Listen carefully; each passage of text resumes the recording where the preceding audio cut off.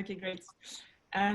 So my name is Julie de Pimodan. I'm the president and founding member of ACTE, as well as the CEO and co-founder of Fluicity, which is a civic tech based in Paris and Brussels. And so we're here today to celebrate the launch of ACTE, the first civic tech association that represents the sector in front of European institutions. So to start, we probably need to define what is civic tech, as it is quite a new sector that only started to be structured with solid players and active financing for the last 10 years or so in Europe. So civic tech are companies that use technology to increase citizen participation, democratic engagement, and government accountability. Our typical work would be to organize large-scale consultations for government about key topics such as climate change, mobility, gender equality, or any public policy which would need collective intelligence or debate with civil society. We basically organize those consultations. So ACT members come from various European states. We have different business models. We impact a large variety of territories, from super local to international. And we work with parliament, ministries, region, mayors, NGOs. And I would say we have still one common mission, which is to provide a response to the crisis of representative democracy and contribute to keep citizen participation alive in a connected world. And so this mission is, of course, very large and ambitious. And this is why we have decided to create ACT with the objective to federate civic tech actors in Europe in order to speak as one voice when discussing with the EU institutions.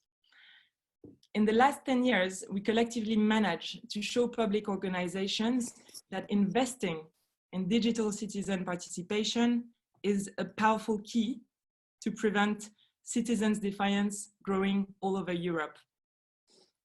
As we are acting as pioneers in building new forms of dialogue between citizens and public decision makers, we progressively managed to engage wide audiences, bring insightful contributions from the citizens, produce concrete and actionable data, but allowing client institutions to make more informed and inclusive decisions. Doing so, we were able to demonstrate that truly engaging citizens demand resource, time, and expertise, which is why a growing portion of institutions work with us today rather than choosing to build in-house tools. So today we would like to go further and build a more profound relationship with European institutions that share our determination to establish a direct, instant, and permanent exchange with European citizens. So we are thrilled to welcome a highly qualified panel of speakers and attendees, such as European and local government representatives. We have political parties that are subscribed today. We have CEOs from various civic techs and impact investors to discuss the future of democracy in Europe.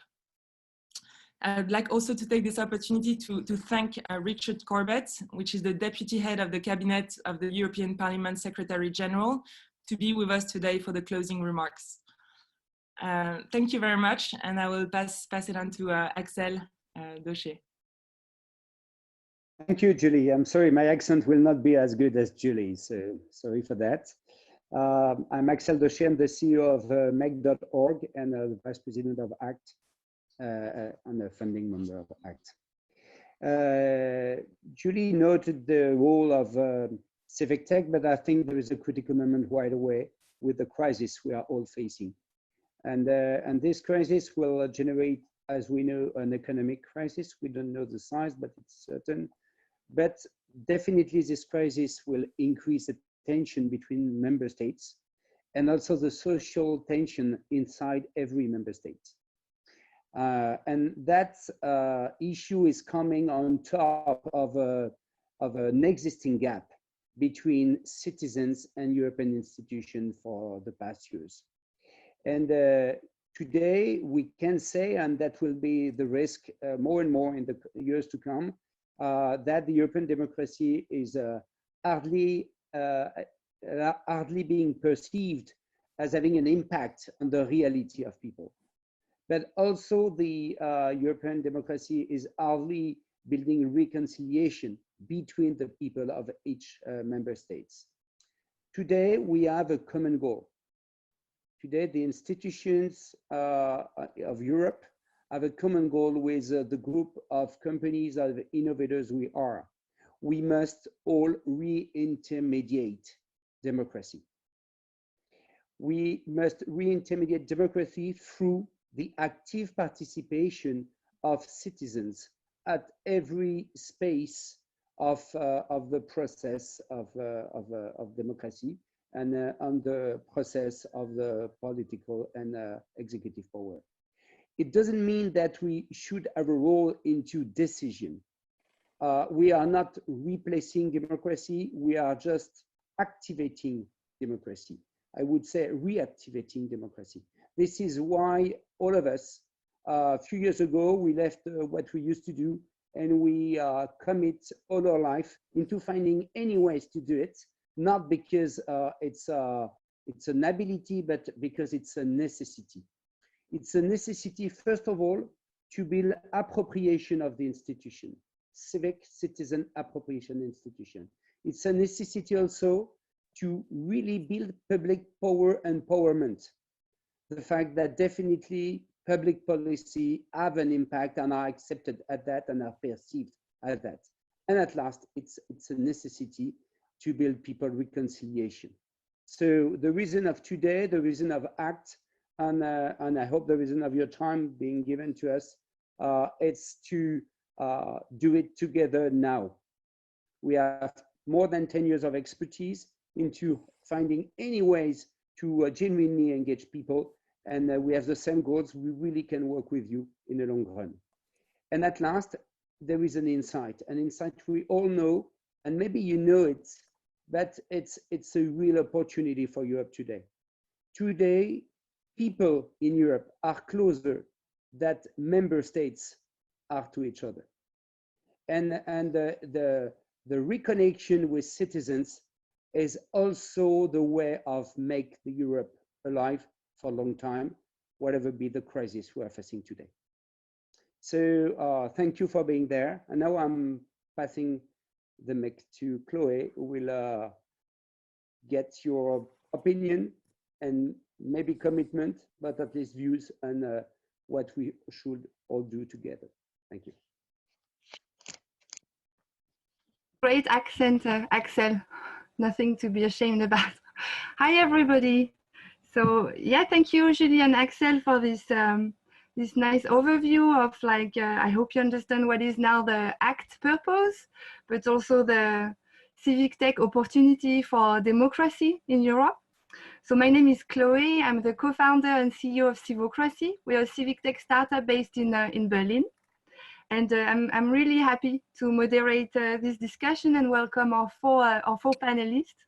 And really looking forward, of course, to your insight on how to ensure continuous democracy. So I will also be the timekeeper of this debate in order to have like time for everybody to talk. And for the audience today, I see we have more than 60 participants. We've seen like there is many of you from civic tech startup, from a public sector entity, or just like democracy enthusiasts. Please don't hesitate to ask your question in the chat, and we will do our best to answer them. So maybe I start with a brief introduction on our four guests. We have Lucrezia Buza.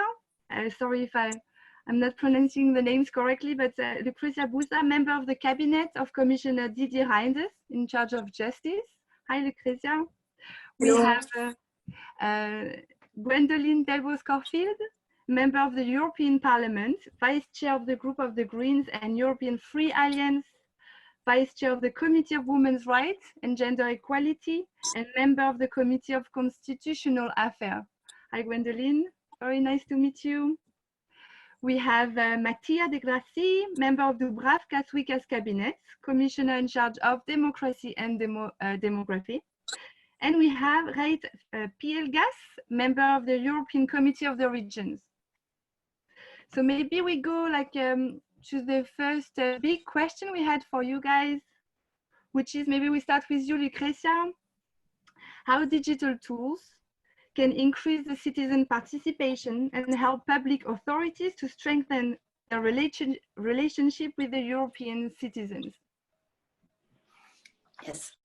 So good morning, everyone. Thanks for inviting me, and I'm happy to discuss with you today how digital tools can help strengthen the link between institutions and the citizens, and how can they help the citizen to have a more active role and a more participatory, and increase their participation into the policy making of the European institutions, as well as more generally building a more European spirit across Europe. That is also very important.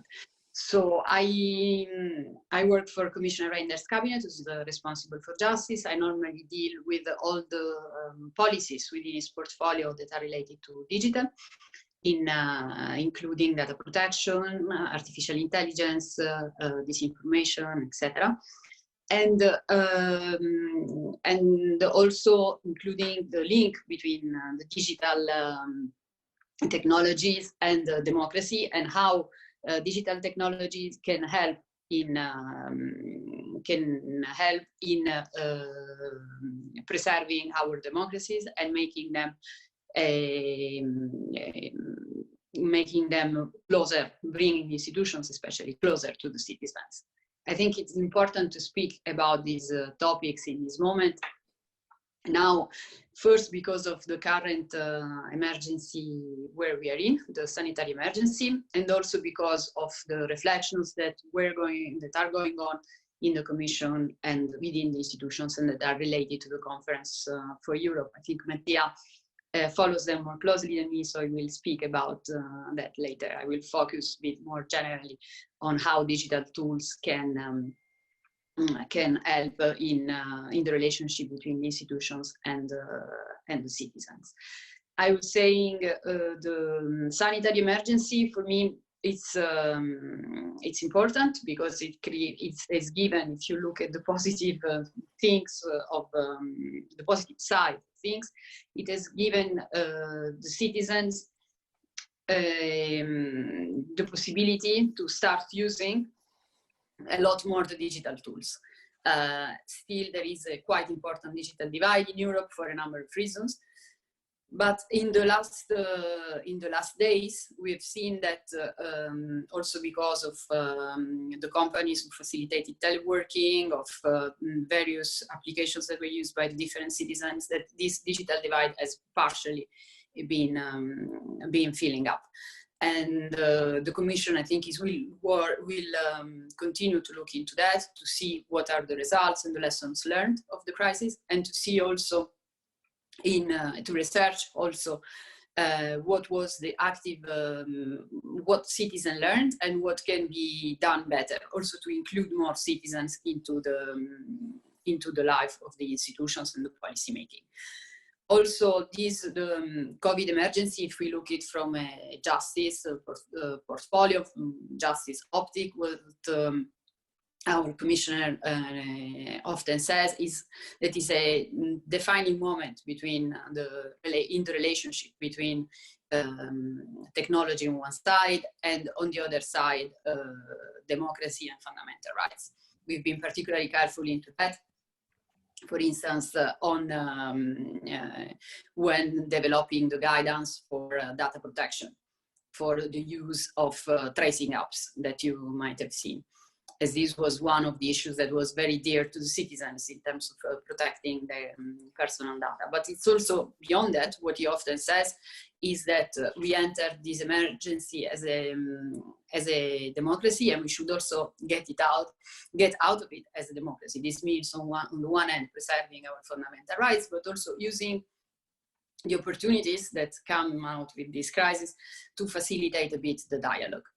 And how I see this, how I think that the digital tools can help in facilitating the dialogue. I think this can be done for a number of reasons. First is to see geographical reasons, because they can bring closer people that are a bit farther away from Brussels.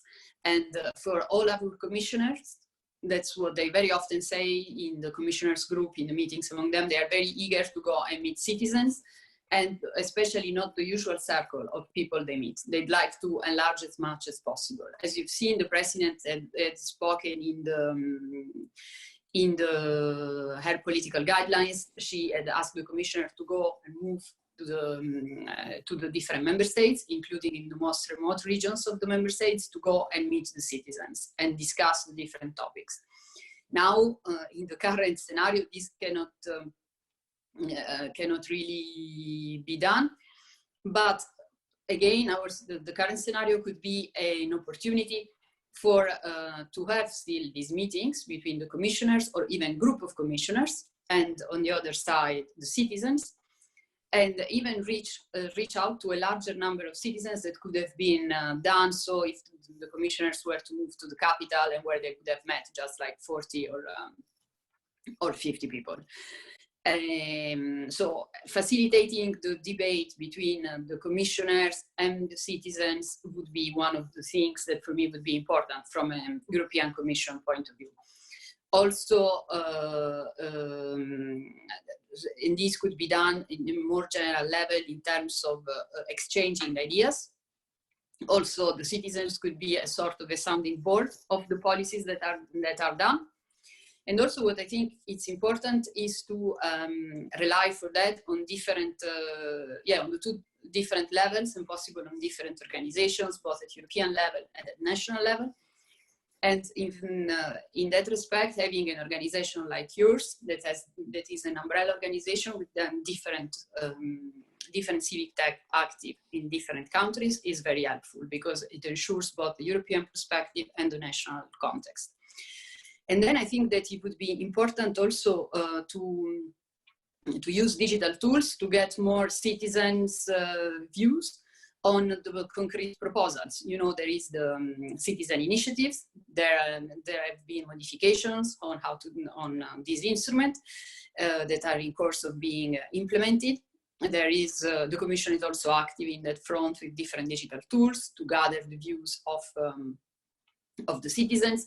But I think a possibility could be also to use the digital tools and the exchange between commissioners and citizens in the framework of public consultation. I think my commissioner always says that he would like to the larger group of citizens to participate to these public consultations, and not always the usual suspects. We have one running on AI that touches a lot the life of citizens. You know that the Commission often speaks about building this human-centric approach, and for that, for questions like the use of AI, facial recognition, etc., it will be very important to have a concrete exchange with citizens. And yes, so these are the possibilities that I see. This could be done at the beginning of the launch of the proposal, or throughout the proposal, for instance.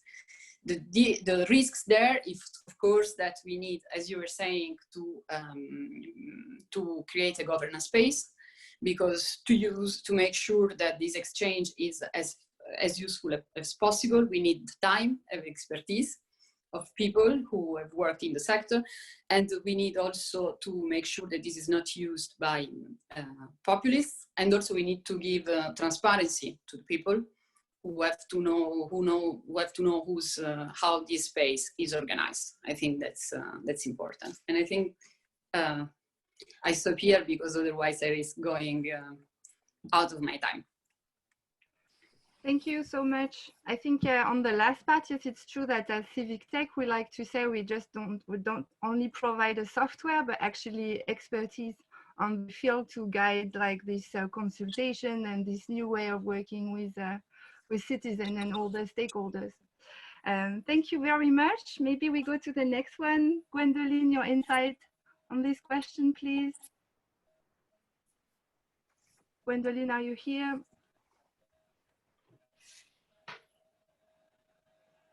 Yes, hello everyone. Is Hi. this fine? Yes, so congratulations for your launch.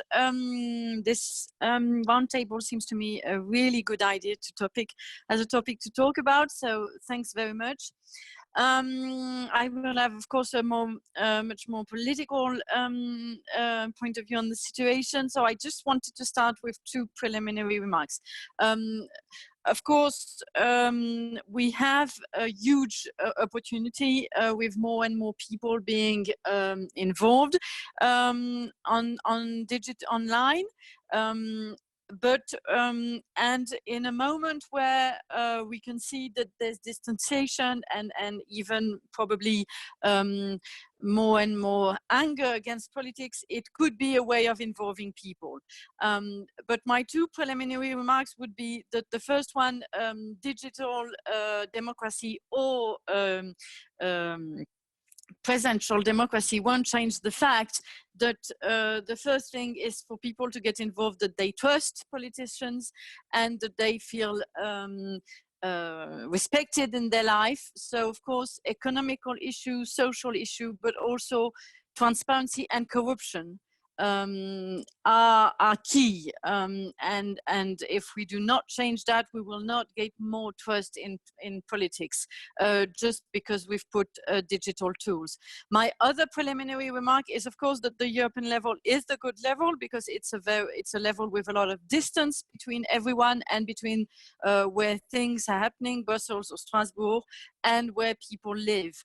That being said, all the NGOs and the stakeholders that we as parliamentarian people, but also the Commission and the Council, we work with all the time, they do their work very well and they are representatives of the citizens. And I'm always quite amazed how much NGOs and stakeholders in Brussels are really, really in contact with the people they work with, being it economy and social, in human rights issues, in digital issues and all this. So there is a lot of implication of these people, but of course, that's the big difference we have on the European level. These stakeholders, these NGOs in Brussels are very, very involved. They are very aware and they do make the link with the member states, but this is a very little portion of the people. And we have a lot of other citizens that feel very far away from the European level. So the European level is also so now, why is it important? It's important because the European level is this level with a lot of distance. And as I think it was said by Alex at the beginning, we have citizens that are probably much more ready to get involved and to work in cooperation with citizens from other member states than the governments themselves. And sometimes the problems we found in council to get member states to work together, we could overcome if we went directly to the citizen. There is probably much more maturity and much more solidarity in the citizens than in the member states. The other thing is, of course, that if we use digital tools, we can help killing the distance, and we can help also maybe to get people understanding what we do, what are the implications of what the European politics make on a local level, because for a lot of people it is not that clear, and more legislations that are made at the European level have an implication on the local level.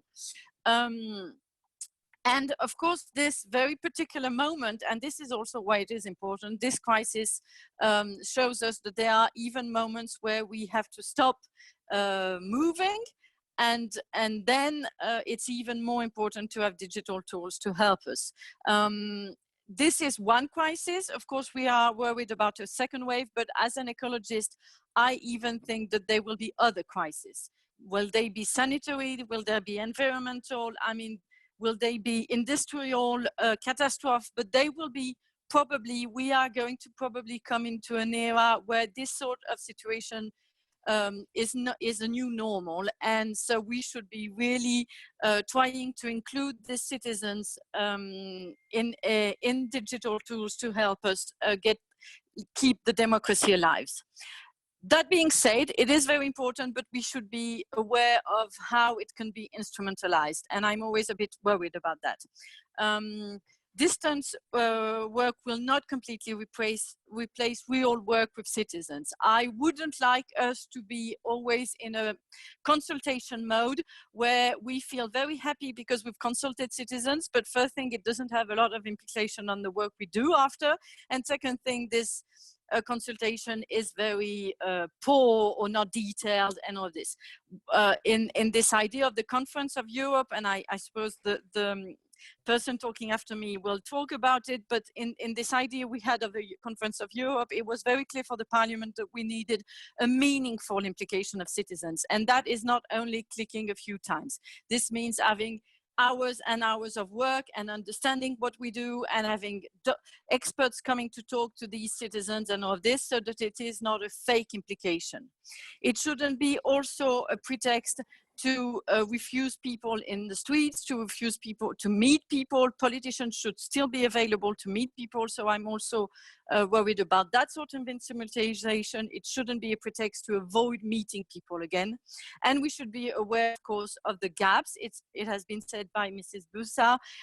There are a lot of gaps in every member states and between member states, a lot of inequalities in the digital world, and people haven't got the same tools at disposals. There are risks. To finish my third point, there are risks. Digital could be not inclusive. The gender gap, which is an issue I'm very worried about, is very strong in the way citizens use digital tool. But also, of course, more people with less money that have less means and all this. There are also the fact that lot of digital tools today have bias. Very strong bias. They are produced by white male, which means that this has an implication in the way people can involve. In real democracy already, people have difficulties to involve if they are not male, if they come from minorities and all this, but in digital tools, it's even worse. And of course, there's the problem of open source and the fact that what we do is probably owned by big companies. There's a safety problem with disinformation, with hate speech, with this discrimination that we find on digital tools. There's a problem of protection of data. There's the problem of authoritarian countries using that sort of tool to reinforce their power. We all have Orwell's world in mind. And then, of course, for an ecologist, I wouldn't like to miss the idea of the environmental issue. Airplanes are bad for planet, but consuming too much data is also bad. So we should also have this in mind. Thank you. Thank you very much, Gwendoline. Well, as a civic tech owner, I'd love to answer myself to so many of that, but as a moderator, I have to keep the conversation moving, but I have some questions for you guys afterwards. So for our next panelist, Mattia, what is your insights on that? What is your answer? Good morning, everyone. First of all, I hope you can hear me because I had a little problem in connecting, but I think now everything is solved. Yeah, it's perfect. Okay, great. So thank you very much for the invitation. I'm very glad to be here today with you. And I want, first of all, of course, to congratulate you for the launching of the association.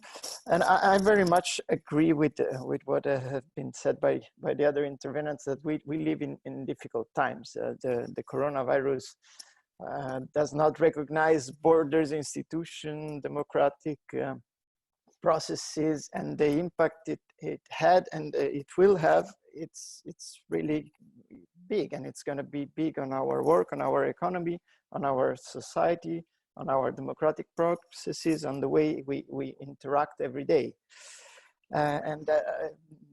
Gwendoline and Axel mentioned, and no, I think Julie mentioned the two trends that we can observe if we look at the angle of democracy. And we could observe that also before the COVID crisis, but the COVID crisis has probably accelerated these two trends. So on the one side, we have a part of the population that has been feeling left behind or disconnected, and hold our democratic systems accountable, or at least the institutions that represent them.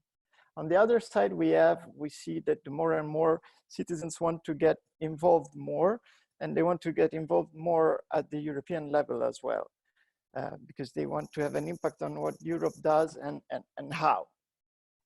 So for this, in January 2020, the European Parliament and then the Commission have proposed some plans to launch a conference on the future of Europe. And this, I think, can be a very important tool, because what Axel was saying at the beginning, for me, is particularly important to respond to this crisis and the future crisis that will come. It would be ideal to have a forum to act together, to get together and discuss and act together. This is the idea of the conference. At least in the Commission's view, the conference should be a major pan-European democratic exercise, a new forum for open, inclusive, transparent, and structured debate. What Gwendolyn said is very important. For me, of course, debates and engagement with citizens need to be meaningful. If it's not meaningful, it's not gonna help us. But I think that in this context, digital tools and civic tech platforms can really help us if these tools are used properly. Of course, the COVID crisis has had an impact also on the conference, and notably on the timing of the conference, because we had planned to launch the conference on Europe's Day with a symbolic event in Dubrovnik, but also with events all over Europe, both online and physically, because I think we need to merge these two worlds if we want to be successful. Anyway, even with these delays, the Commission's determination to engage with citizens has certainly not changed. And we think the conference on the future of Europe remains crucial. And I think the colleague from the Parliament and from the Committee of the Region will think like I do, that we want this exercise to start as soon as possible. And we want it to be really a joint endeavor where the institutions are all together, but also the committees, the national, regional, and local parliaments and authorities, and of course, civil society organization, and all those that can help us, like civic tech platforms, are all together, and everybody can play an important role in this, in particular for what interests most the members of ACTE or people involved in civic tech platforms. Of course, you can provide tools that are really important for us. Lucrezia mentioned before the reaching out to people. This is one of the key points of the conference on the future of Europe. In its communication, the Commission said that we want to move outside of Brussels. We want to move to reach out to citizens in every region, in the rural areas, in places where people have very little opportunities to interact with Europe. And on this point, of course, online platforms can really help.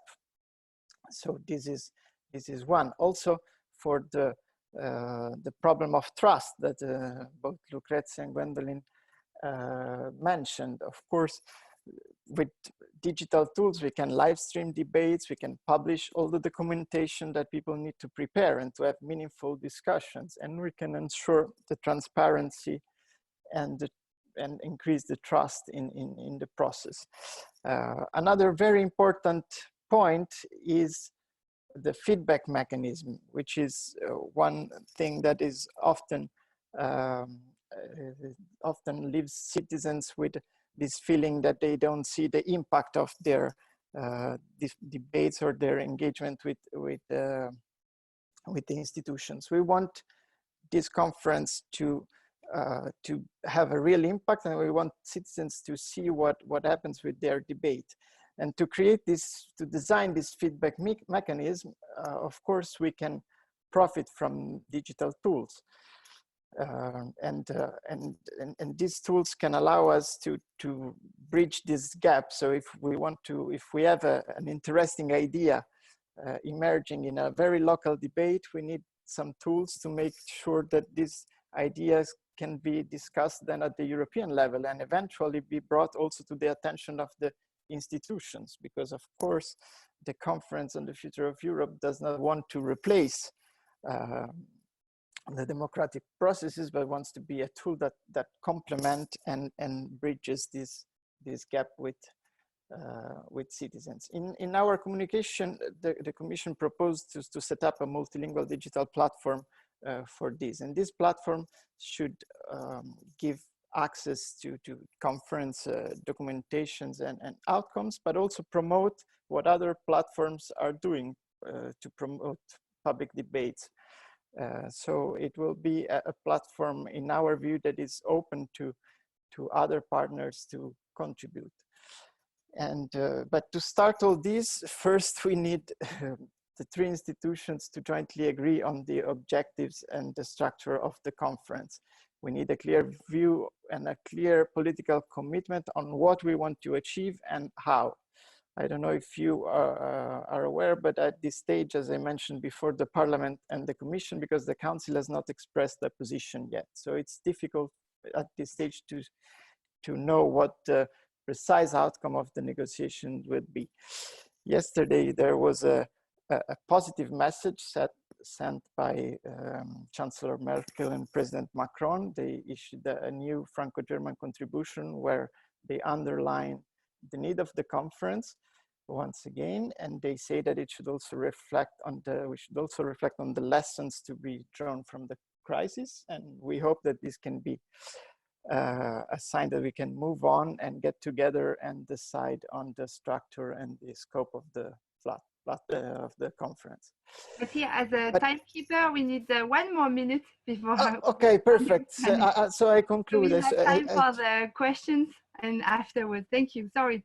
Sure. Sorry. 30 seconds to conclude. I'm just really want to say that I'm really glad that civic tech platforms are stepping up to the challenge, and I wish you all the best for this association. Of course, as the other mentioned, there are plenty of risks that you need to address: privacy, cybersecurity, disinformation. These are huge challenges, but I'm convinced that with your collective engagement, you can really help public authorities to strengthen their relationship with citizens. And so good luck to the association.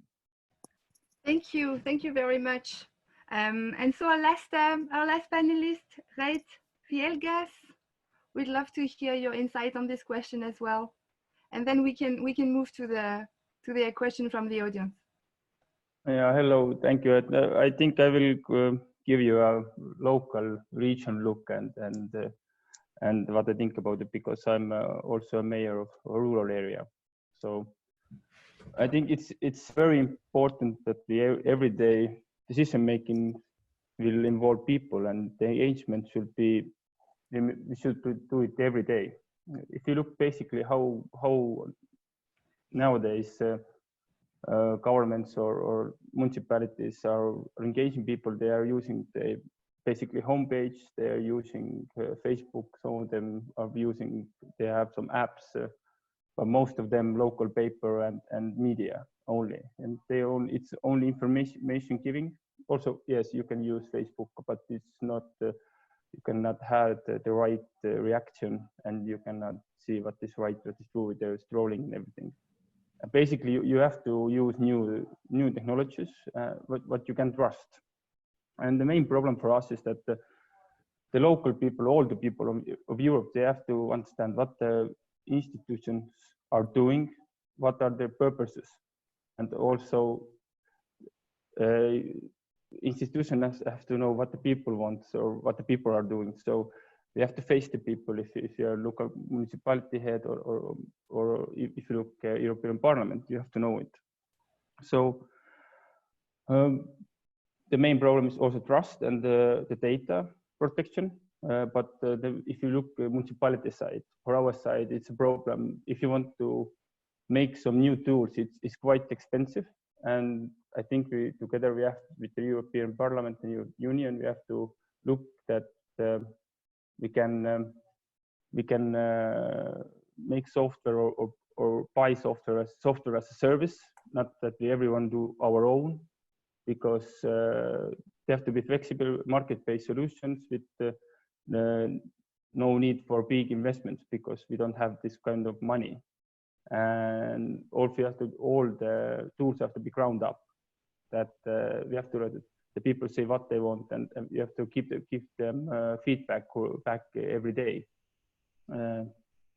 Also, if you look at the small startups, then Southfield helps also them, because economically competitive to be, because it's quite big investments to make a very good app or new instruments. And so we can also help the startups and everyone. Basically, we have to do it every day, because engagement should be in every municipality as a norm. You have to do it every day, because in my municipality, in Järva municipality, we are the first municipality in Estonia who are using engagement app, and we are doing that every day. And if you look at the crisis situation, there is very much information every day, lots of information. Then in crisis communication, a true app, a good app that people have to know that it's coming from our local municipality, we can trust that. And also we can also have back feedback. It's very important. We can ask people what is wrong. You can announce, I need some help, and something like that. Basically, I think we can use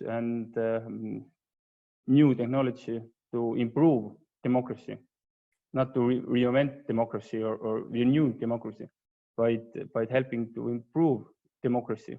Because also we have to remember that democracy is democracy. We cannot only trust the everyday feedback from the Facebook or online institutions, because all the others have to also work together with the new technologies. And I think the main problem for us, if you look, the investments are quite big.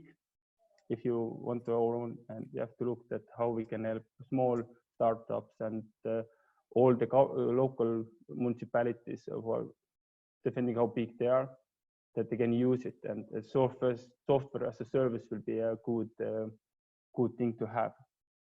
And that's all from our side for starting. Thank you very much. Actually, it's nice to have like some different sided view on this from each of you.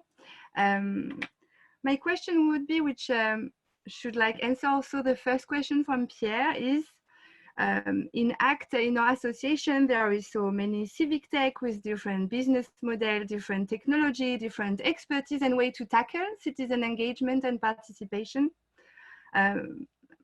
My question to you would be like, how can we help? Like, what would you expect from us to work with you? But also, what are for you the necessary conditions to work with you and to be able to help Europe strengthen democracy? I don't know who wants like have an answer for that, which are our panelists.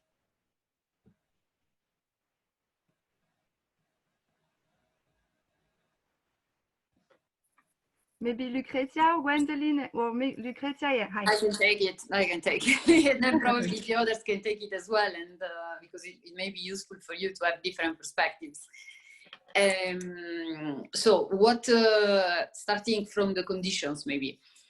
The conditions for us, it's, I think it's important that there is, when we talk to our citizens, we can be transparent about the tools that we use, the way we organize the discussion with them, and that the space that we create is governed in a transparent, that we can say what are the rules that govern the space that we create for the dialogue with them. This is important. It's important about also to know who's the transparency also about the organization that we work with, who are the founders, the organizers, etc., the way they work and the track record they have, and this is very important.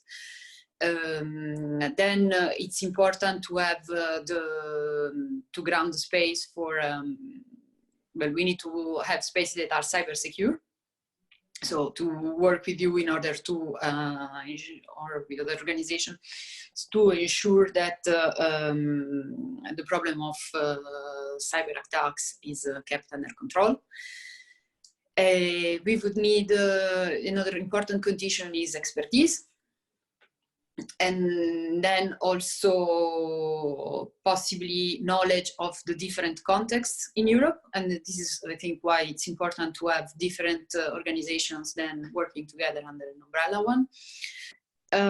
And expertise also in terms of how addressing people, the national context, how to reach out to people, how to put them together, especially. It's very, I come back to this because it's very important for my commission, but as I was saying, for many of them, to reach out to people who would not normally participate in exchanges with the commission. So having having expertise on that side is particularly important.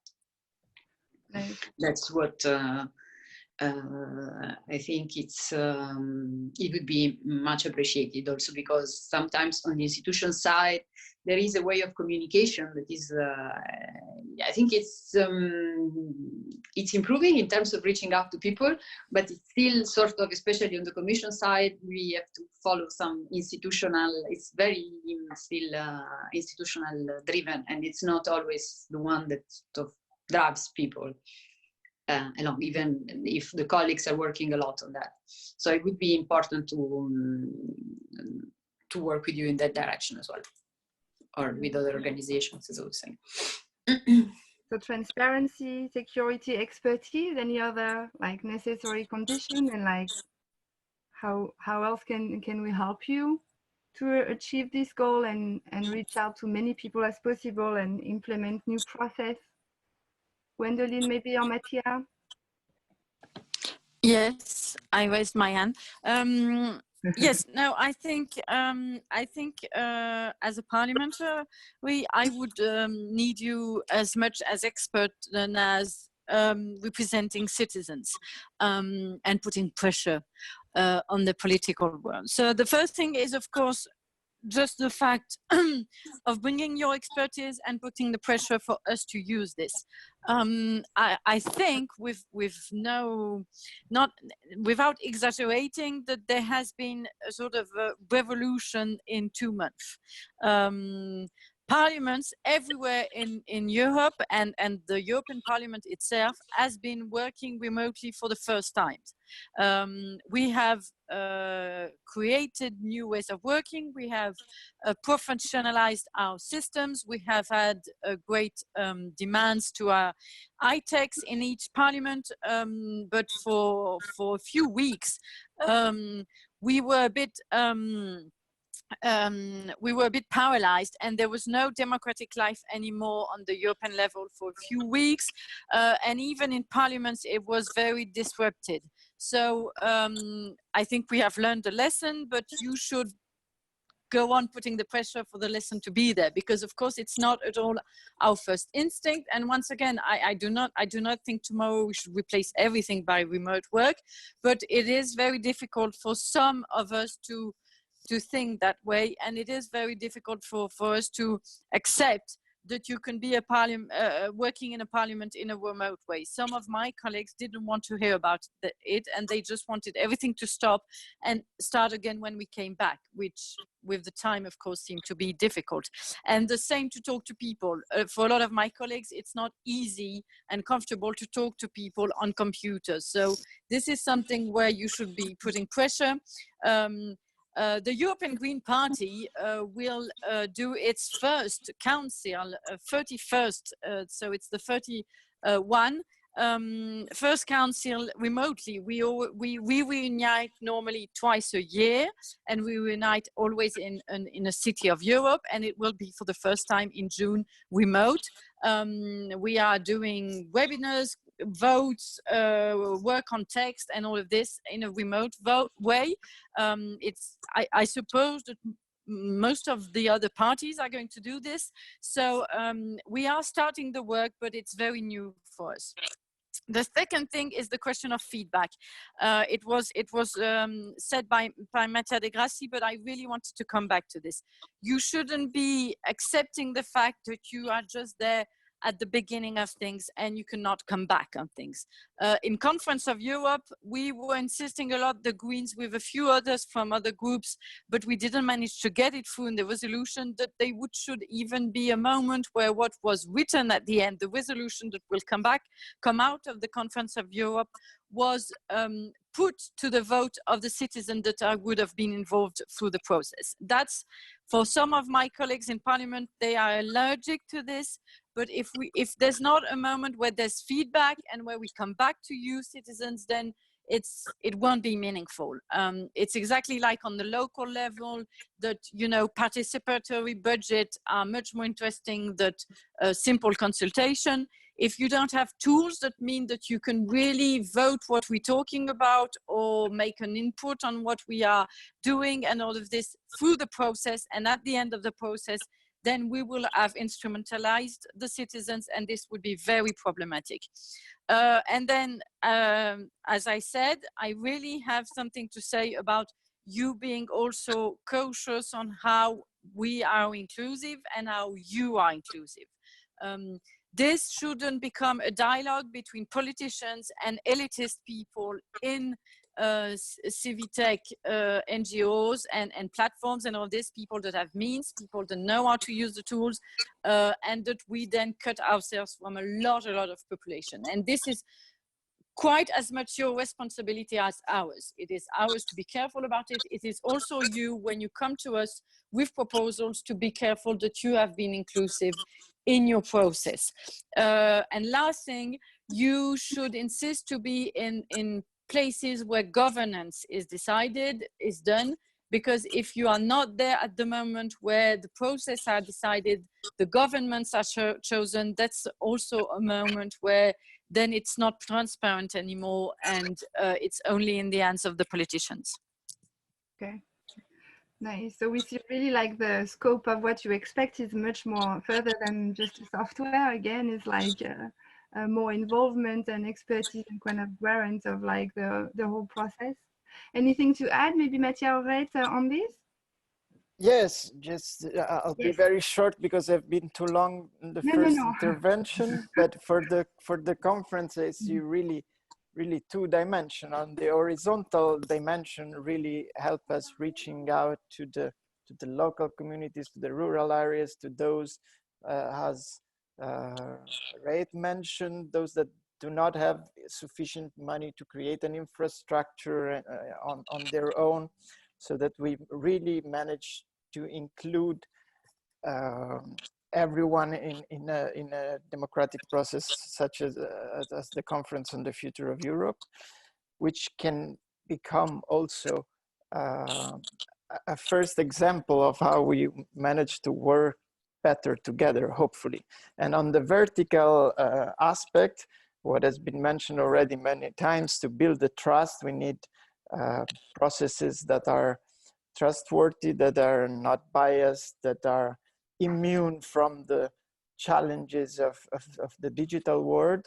So these, I think, are the two main aspects that you should work on to help us. Nice, very useful. Reit, you want to add something to close up this question? It's quite hard because I think also facing the people and more involvement every day, and also governments also, because they have to know what the digital tools are, because they are, you know, all the new things, people are afraid. If you look 2 months ago, let's make a web conference, and I'll be in Estonia and you in Brussels and everywhere. No, it's not so good that we cannot engage in everything, but nowadays it's quite easy. So we have to teach and talk about what is it, what is the purpose, what is the goal. So just facing the people and institutions. Okay, thank you.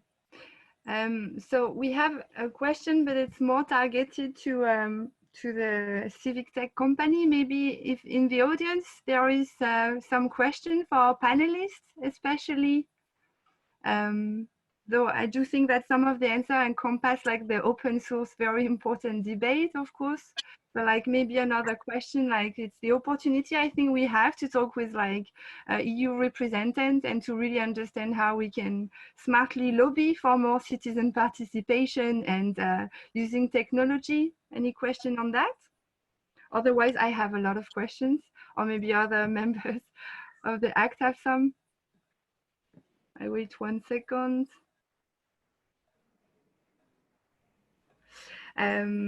Okay, so yesterday we were a bit brainstorming on like what we would like to ask you. One thing we discuss is like, do we feel now the importance of using like tools like Civic Tech tools rather than build internal ones?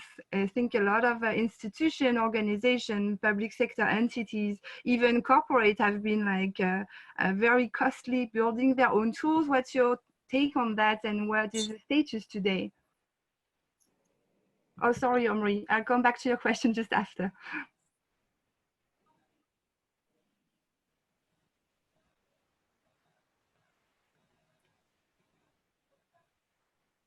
Allez, let's start with Gwendoline on this, so we shift a bit the part. All right, go. Yes, I can share about some Estonian experience. Yes, that, definitely. Yes, you know, yes, we have a e-country and very digitally, very good of that. But we see that all what the governments are making, they're quite expensive.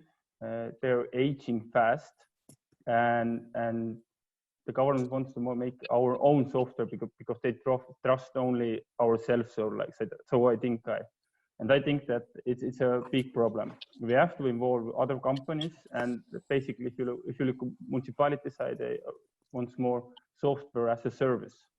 And if we are building our own system, it doesn't integrate with other systems, and they're not open, and especially local government and government systems. So I think that we have to more involve just such kind of organization like Civic Tech and or like that. The outcome will be better. And basically, if you look at the government side, we are making for ourselves, but you have to look the user friendly. If you are citizens, if you download some apps, I don't think some sports apps or something like that. If it's not user friendly, you will not use it. But also local government and governments and European institutions has to be user friendly. If they are not user friendly, you will not use it, basically. So I think more cooperation with civic tech kind of organizations and startups and private entrepreneurs will be good. And more trust about it also. Nice, that's good news for us. I strongly agree. Anything you want to add, or do you want to move to the next question, Mattia? No, I think the only point I can make is that I think we need to look more at complementarities instead of choosing one over the other. At least in the institutional setup, of course, we have a huge set of rules and criteria that we have to respect. And on the private side, there is a lot more agility and creativity. So we really need to look at how the platforms and the tools can interact together and find the best solutions to achieve the objectives. Yes, I think interoperability between a different solution is definitely a challenge Civic Tech has to tackle and be able to answer, definitely. So one question, I think it has to be the last one as the end of our debate, but Omri from Alliance for Europe, a non-profit organization, is asking, how do we connect civil society action to facilitate citizen engagement, to connect a wider audience with the EU institution? I think we talked before. Maybe Gwendoline, you have I'm not sure I'm the one having the answer. I think this is where we really need you. I mean, we as parliamentary people, but also the commissioners, and even, I mean, member states, we are available, and we should be even more available. So, I mean, then it's a bit how we are. How do you say? You know, how do NGOs and stakeholders come to us? I work a lot because I'm on gender questions. I work a lot with NGOs that work on participation of women in the digital world. I work with NGOs that work a lot on the participation of people coming from minorities in the digital work. I cannot do everything. So some of my colleagues should be more involved, for example, with the rural areas, right? PLA Gas was talking about. I think this is very important because there's also, of course, the gap between urban and rural. So I think we need intermediate. These intermediates are the NGOs, and they are also organizations like yours, like Civic Tech.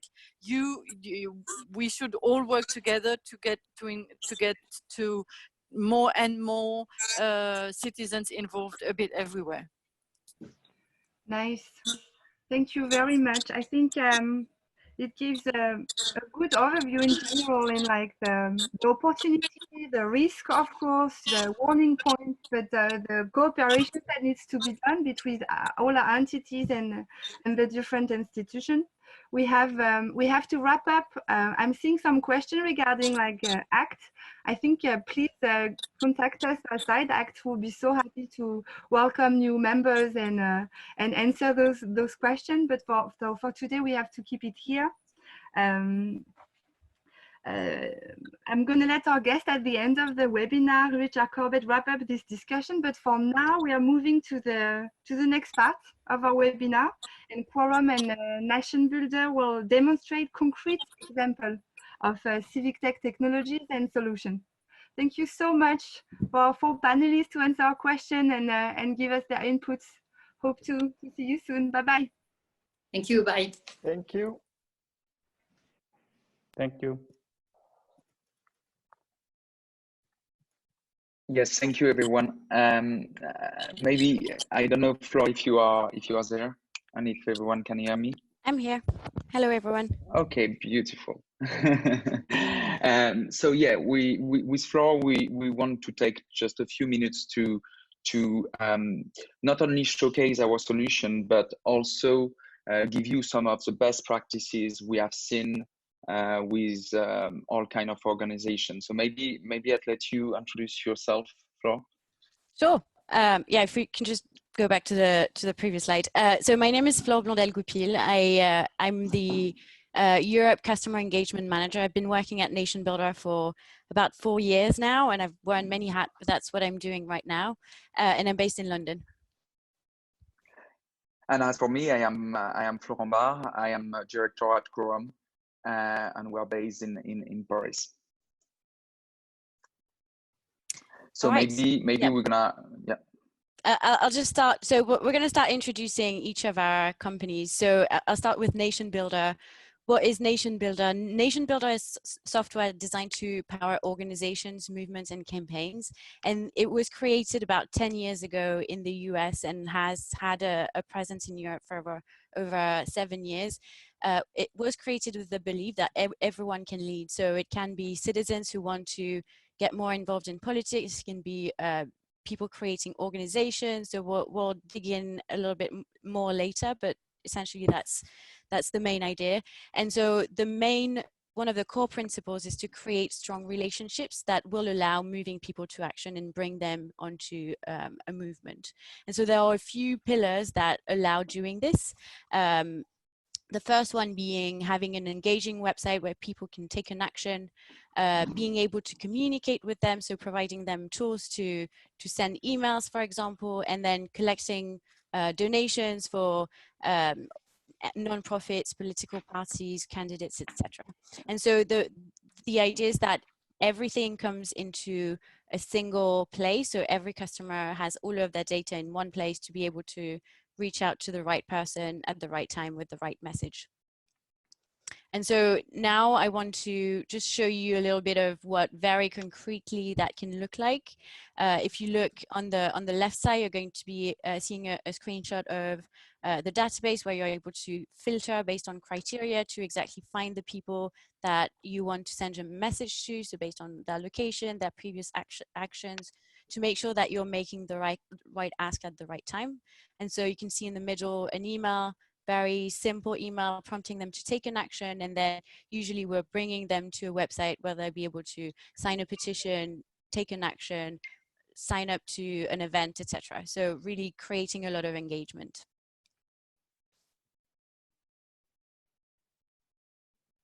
And as for us, Quorum, we are a citizen engagement platform on a mobile app. Basically, we provide tools to different kind of organization, institution, elected officials, movements, NGOs, and we try to help them to organize their communities at a very local level and to use their data so they can visualize the big picture. We have 3 pillars. It's tools to help you to engage citizens, especially the one who usually don't participate, tools to help local communities to act and to empower themselves, to have all the material they need to debate, to share proposal, to consult other citizens, and analyze to help you to see the big pictures and eventually target zones where people are not participating and try to get citizens involved. So engage, act, and analyze. And the whole idea is to provide easy to use, powerful technology at an affordable price for all those people who try to reach citizens. So now let's talk about who needs civic tech. So this this slide is about the range of actors who potentially need civic tech. So you can see like all of these actors need a seat at the table to engage in the democratic dialogue. By doing that, they all need to engage and organize their communities, and they all need technology to deal with the organizational challenges. And so civic tech is responding to all of these needs, and Florent will say more about that afterwards, but we're really complementary in the sense of responding to all of these actors. Yes, and exactly. What we really want to showcase today is that civic tech, they have a wide range of solutions. And you have civic techs responding to providing tools for online participation, community organizing, logistics, sometimes data analysis, communication. And if you want to reach as many citizens as you want and a maximum of citizens, you will need along the process to use different solutions and to try to reach people where they are, either online or on the field or at a local level, at an European level. So what we want to show today and to showcase today is the wide range of civic techs and kind of civic techs we have, and that the key, and that's really the why we created the Association ACTE, is to make civic tech work together so we can answer the global problem.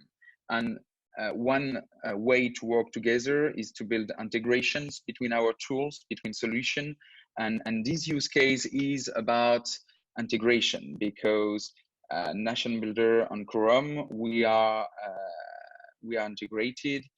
We have a seamless and secure integration between our 2 tools, and we can answer a bigger problem than we will do if we do it on our side. Nation Builder, we provide all the online infrastructure to speak to the people online, to provide them information on websites. with Quorum, we will provide all the tools to allow local communities to empower themselves. We will provide all the grassroots organizing and the network effect. So the both tools work together, and it's a great way for civic tech like us to answer a bigger problem than just if we work on our side. And now, so Quorum and Nation Builder have been working together for a while, and we've been helping organizations across the entire range of the spectrum on different types of use cases. And so since we've worked a lot together, we wanted to share our collective experience and tell you about the key things that we've learned across the past year. So if we can move on to the next slide. So the first one that we'd like to talk about is a core principle in order to build a movement, which is we Quorum and Nation Builder call it in different ways, but it's essentially the idea of distributed network or network effect. And so the idea is that, as you see on the left side, we are maximizing the number of one-to-one interactions by creating this network where there is a central organization that is going to delegate responsibilities to local coordinators, and each of those coordinators are going to be working with their local team. And so this way of working is proven to be more efficient to build trust because there are a lot of one-to-one interactions. The second aspect of this is that just can you stay on that slide? Yeah. Distributing leadership will allow scaling the impact of an organization or a campaign because we're going to have many operations running at the same time. And then the last point is civic tech helps organize and provide the infrastructure to build such networks. We've been thinking about how to create really a way to accommodate these networks and make sure that the data can be used in the right way, that people have the right tool to self-organize themselves. And from our experiences, the successful initiatives, the successful organization were always the organizations that did what we call permanent democracy or forever democracy, that never stop engaging with citizens. At the beginning of the presentation, we saw all the different people who were able to use civic tech tools, and every step of the democratic process, you never have to stop engaging with citizens because it's the only way to build relationships. We used to say that voting through a platform or voting at a polling station is not the end of a relationship. It's actually the beginning of a relationship because it's the beginning of a community. It's a beginning of a community of people you will need to convince about your decision. You will want to make them participate, and all the civic tech tools solutions are here to help you always leading conversation, never stop engaging with citizens.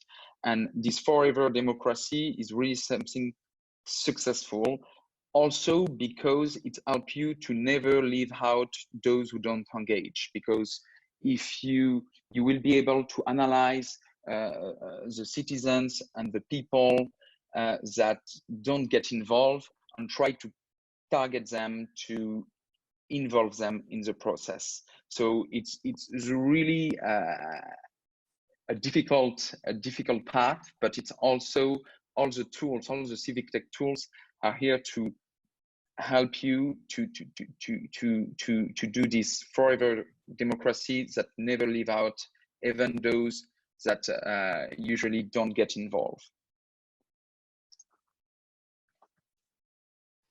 So a very important point as well is making sure we're meeting people where they are.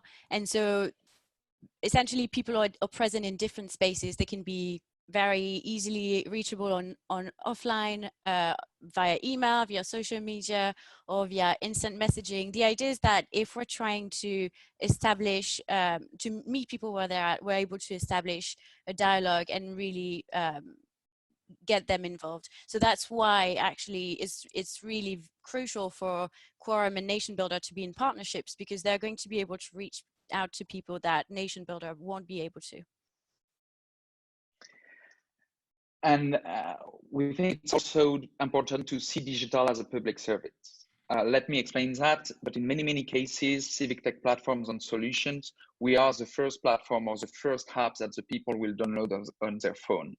We could see that as a problem, but it's actually an opportunity, because if the tools, the civic tech tools, are citizen first and user friendly enough, it will be a great opportunity for citizens to use technology and to get into digital using civic tech or using public services online. So what we see, as I said, many cases, we are the first platform or the first app download on a phone. It actually helps them to get into digital, and we all think it's very important, and it's kind of a public service in 2020. And to finish with this on this presentation, the last thing is it's really important to build movements and drive change with data, and it's not about big data. It's not the idea is not collecting as much data as possible as we can on people. It's about gathering the right amount in order to make sure we know who the people are and how to get them involved. Yeah, Florent, do you want to take the... Yes, and it's not about big data, it's more about small data. And those small data, it's all the relationships and all the permanent democracy effort and the local level. It will help you to build this small data, and it will help organization to answer quickly with the relevant information. It's difficult to make democracy efficient because it's a long term, it's a debate, but institution and elected official, they have to be efficient if they want to build trust, and they have to answer as quickly as possible, give feedback as quickly as possible with the relevant information on all those small data, those conversation. It will help you to do so.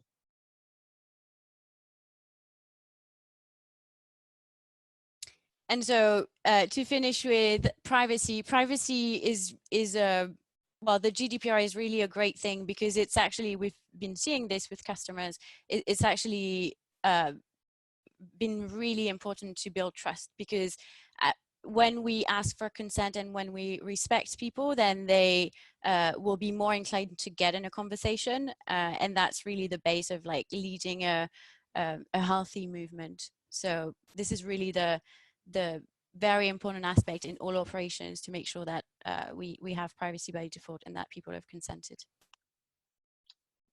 Yes, that's it. We really wanted to share 4 best practices we have experienced during our work with organization, elected officials, movements. So feel free if you have any questions. And thank you, Flor. Thank you, Florent. To have a closing remark from Richard Corbett. Richard, the floor is yours. Well, thank you very much. That's been a fascinating hour, listening to all of you making those presentations and presenting those viewpoints. Clearly, the new technologies, the new tools that are emerging and developing constantly are opening vast new possibilities for interaction with citizens, for citizens to organize themselves, to transmit ideas, to share ideas, to make voices heard. There are also dangers, of course. Some have been alluded to in the discussion, of course.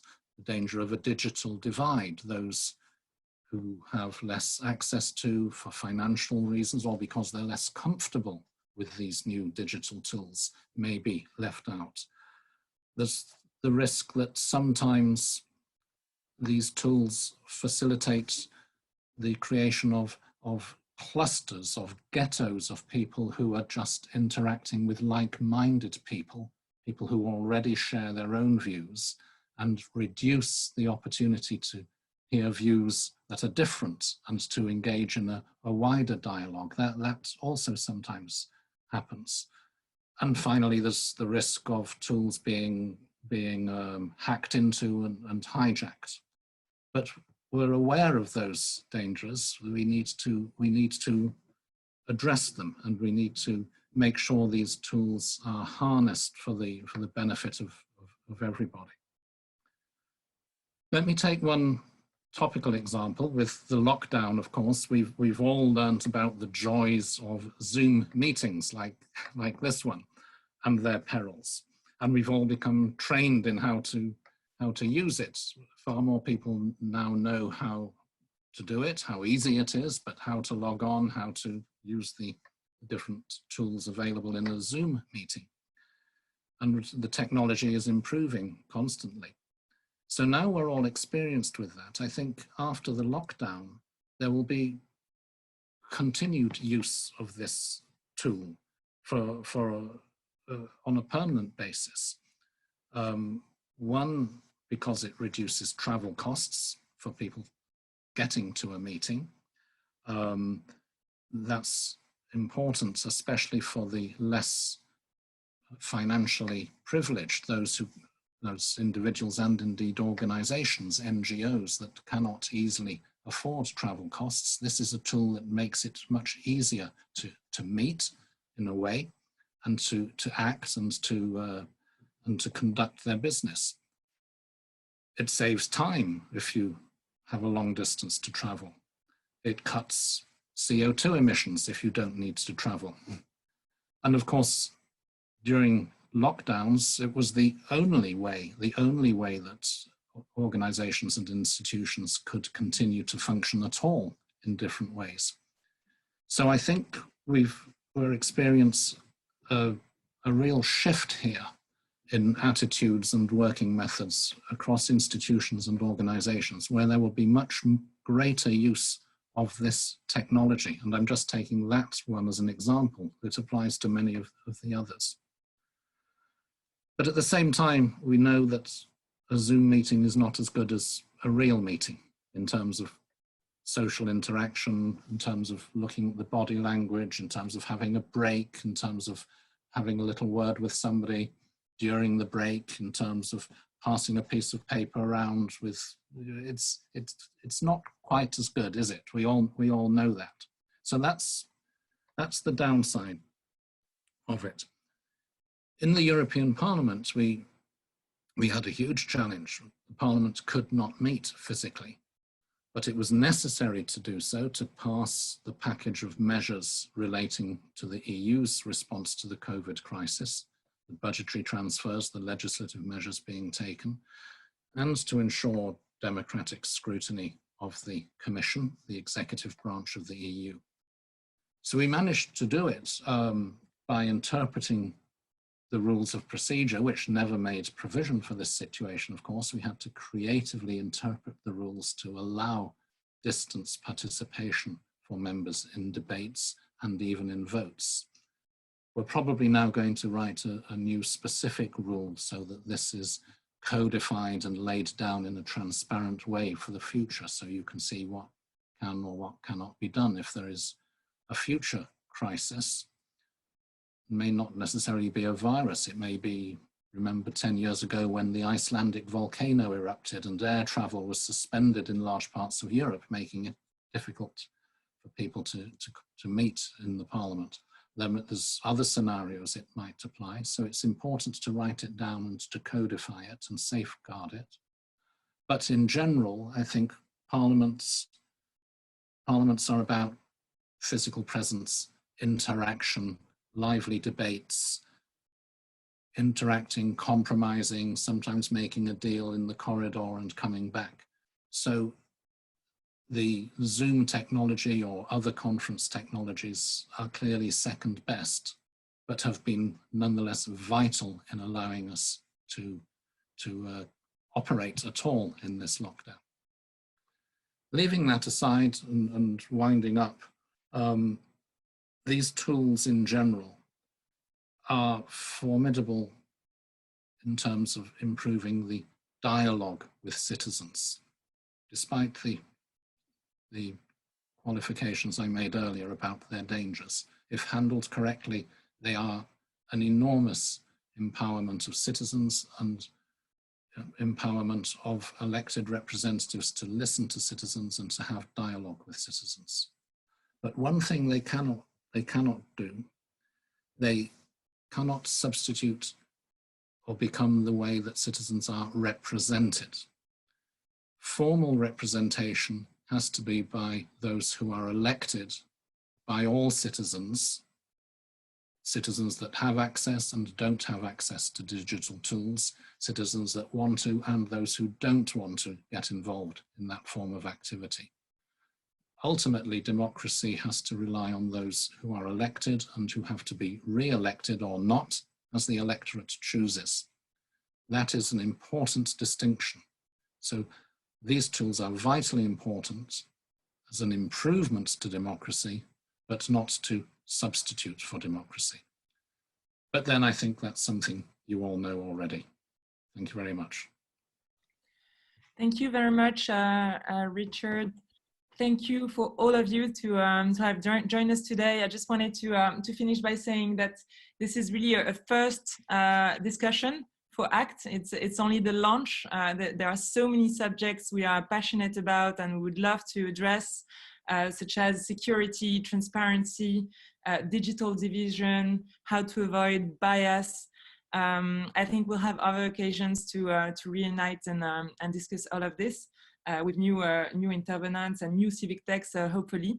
Just wanted to remind that this association is open to every civic tech in Europe, and that we are really eager to federate as many civic tech as possible. So please don't hesitate to register on our website, acteurope.org, and let's join forces to demultiply our impact on European democracy. Thank you very much. Bye-bye.